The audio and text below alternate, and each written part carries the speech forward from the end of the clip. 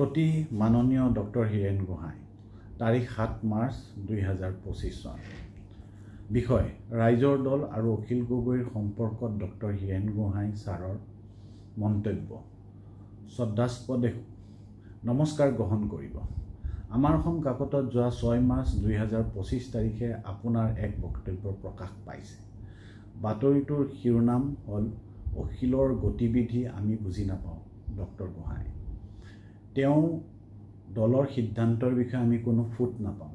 কি ভাবি কেতিয়া তেওঁ কি কৰে ধৰা নাযায়, সেইটোৱে সমস্যাৰ সৃষ্টি কৰে। তেওঁ এতিয়া বিজেপি কংগ্ৰেছৰ পৰা সমদূৰত্বত থকাৰ দৰে কৰি আছে। সেইটো নিৰ্বাচনী কচৰত হয় নে নহয় তেওঁ বিবেচনা কৰা ভাল। শীৰ্ষক বাতৰি কাকতত প্ৰকাশিত বক্তব্যটো দেখাৰ লগে লগে আমি আচলতে আচৰিত হোৱাৰ লগতে যথেষ্ট মৰ্মাহত হৈছোঁ। কথাখিনি সংবাদ মাধ্যমৰ সন্মুখত ৰাজহুৱাকৈ প্ৰকাশ নকৰি আমাৰ দলৰ সভাপতি অথবা দলৰ নেতৃবৃন্দক ব্যক্তিগতভাৱে মাতি নি ক'লে আমি ভাল পালোহেঁতেন।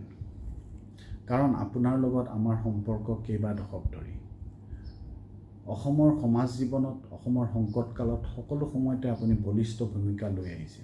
চৰকাৰৰ জনগণ বিৰোধী পদক্ষেপৰ বিৰুদ্ধে আপুনি সদায় দৃঢ়ভাৱে মাত মাতি আহিছে আৰু অসমৰ জনগণক দিগদৰ্শন কৰাৰ লগতে আমাকো এই ক্ষেত্ৰত উৎসাহ যোগাই আহিছে। শেহতীয়াকৈ আপোনাৰ নেতৃত্বতে বুদ্ধিজীৱী সমাজে বিৰোধী ঐক্য লগ লগোৱাৰ ক্ষেত্ৰত আগভাগ লৈছে। যোৱা 1 মাৰ্চ 2025 তাৰিখে বুদ্ধিজীৱী সমাজৰ নেতৃত্বত সোণাপুৰৰ আতিথ্য ৰিজৰ্টত অসমৰ বিৰোধী ৰাজনৈতিক দলে অংশগ্ৰহণ কৰা সভাখনত সকলো দলেই ইছ্যুভিত্তিক বক্তব্য ৰাখিছিল। সভাখনৰ উদ্দেশ্য ব্যাখ্যা কৰোঁতে হৰেকৃষ্ণ ডেকা ডাঙৰীয়াই পূৰ্বৰ তিক্ততাপূৰ্ণ কথাবোৰ পৰিহাৰ কৰি বিৰোধী ঐক্যৰ প্ৰক্ৰিয়াটোক আগবঢ়াই নিব লাগে বুলি কৈছিল। সভাখনত আমাৰ দলৰ সভাপতিৰ নিৰ্দেশ মৰ্মে এই বক্তব্য প্ৰদান কৰিছিল।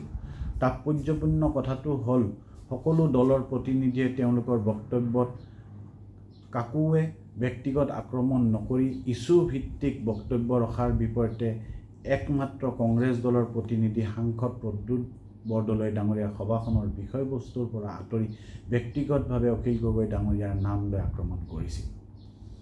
যাৰ ফলত অখিল গগৈ ডাঙৰীয়াই সভাত উপস্থিত আন ৰাজনৈতিক দলৰ প্ৰতিনিধিসকলক নিজৰ স্থিতি স্পষ্ট কৰিবলৈ বাধ্য হৈছিল। কংগ্ৰেছৰ সাংসদগৰাকীয়ে অগণতান্ত্ৰিকভাৱে সংবাদ মাধ্যমৰ উপস্থিতিত কি অজ্ঞাত কাৰণত সভাস্থলী ত্যাগ কৰি সকলো বিৰোধী ৰাজনৈতিক দলক সংবাদ মাধ্যমৰ সন্মুখত অস্বস্তিত পেলালে সেইটো আমি বুজিবলৈ সক্ষম নহ'লোঁ। ব্যক্তিগতভাৱে কৰা আক্ৰমণৰ প্ৰত্যুত্তৰ দিবলৈ গৈহে অখিল গগৈ ডাঙৰীয়াই সভাখনত বক্তব্য ৰাখিব লগা হৈছিল। পৰৱৰ্তী সময়ত এই ঘটনা সম্পৰ্কে কিছুসংখ্যক সংবাদ মাধ্যমে আমাৰ দলৰ সভাপতি অখিল গগৈ ডাঙৰীয়াক সাঙুৰি কিছু নেতিবাচক বাতৰি পৰিৱেশন কৰা আমি প্ৰত্যক্ষ কৰিছোঁ। যাৰ ফলত 1 মাৰ্চৰ সভাখনৰ সফলতা বিফলতাক লৈ ৰাইজৰ দল আৰু দলৰ সভাপতি সম্পৰ্কে কিছুসংখ্যক লোকৰ মাজত এটা ভুল বাৰ্তা গৈছে।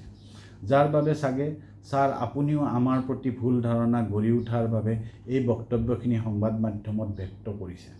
সেইবাবে অনিচ্ছাকৃতভাৱে হ'লেও এই কথাখিনি মুকলিভাৱে ব্যক্ত কৰাৰ বাবে বাধ্য হ'লোঁ।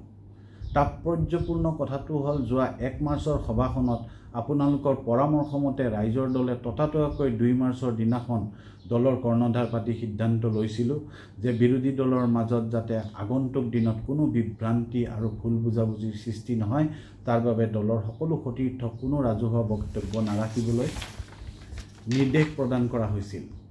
যিটো কথা ইতিমধ্যে দলৰ সভাপতিয়ে যোৱা 4 মাৰ্চৰ দিনা সংবাদ মাধ্যমৰ আগত ৰাজহুৱা কৰিছিল। ছাৰ আপুনি সিদিনাৰ সভাখনত উপস্থিত নাছিল। সেইবাবে শ্ৰীযুত প্ৰদ্যুৎ বৰদলৈৰ বক্তব্য, তেওঁৰ শাৰীৰিক ভাষা আৰু তেওঁ আকস্মিক সভা ত্যাগৰ দৃশ্য আপুনি প্ৰত্যক্ষ কৰিব পৰা নাছিল।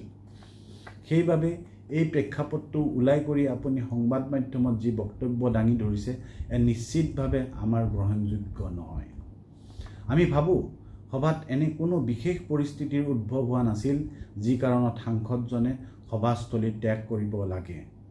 যদিহে সাংসদজনে সভা ত্যাগ নকৰিলেহেঁতেন, সংবাদ মাধ্যমত সেই দৃশ্য নোলোৱাহেঁতেন, তেন্তে সিদিনাৰ সভা নিশ্চিতভাৱে এখন অতি সফল সভা হ'লহেঁতেন। শেষত আমি পুনৰ দৃঢ়ভাৱে জনাওঁ যে কংগ্ৰেছ দলৰ লগত আমাৰ মতাদৰ্শগত বৃহৎ পাৰ্থক্য থকা সত্ত্বেও কেৱল সাম্প্ৰদায়িক ফেচিবাদ শক্তি বিজেপিক পৰাভূত কৰাৰ স্বাৰ্থতে ৰাইজৰ দলে 2026 চনৰ অসম বিধানসভাৰ নিৰ্বাচনত ঐক্যবদ্ধভাৱে অৱতীৰ্ণ হ'ব খোজো। 2026 চনত বিজেপিক পৰাভূত কৰিবলৈ আমি বদ্ধপৰিকৰ। ধন্যবাদেৰে ৰাছেল হুছেইন, সাধাৰণ সম্পাদক, ৰাইজৰ দল।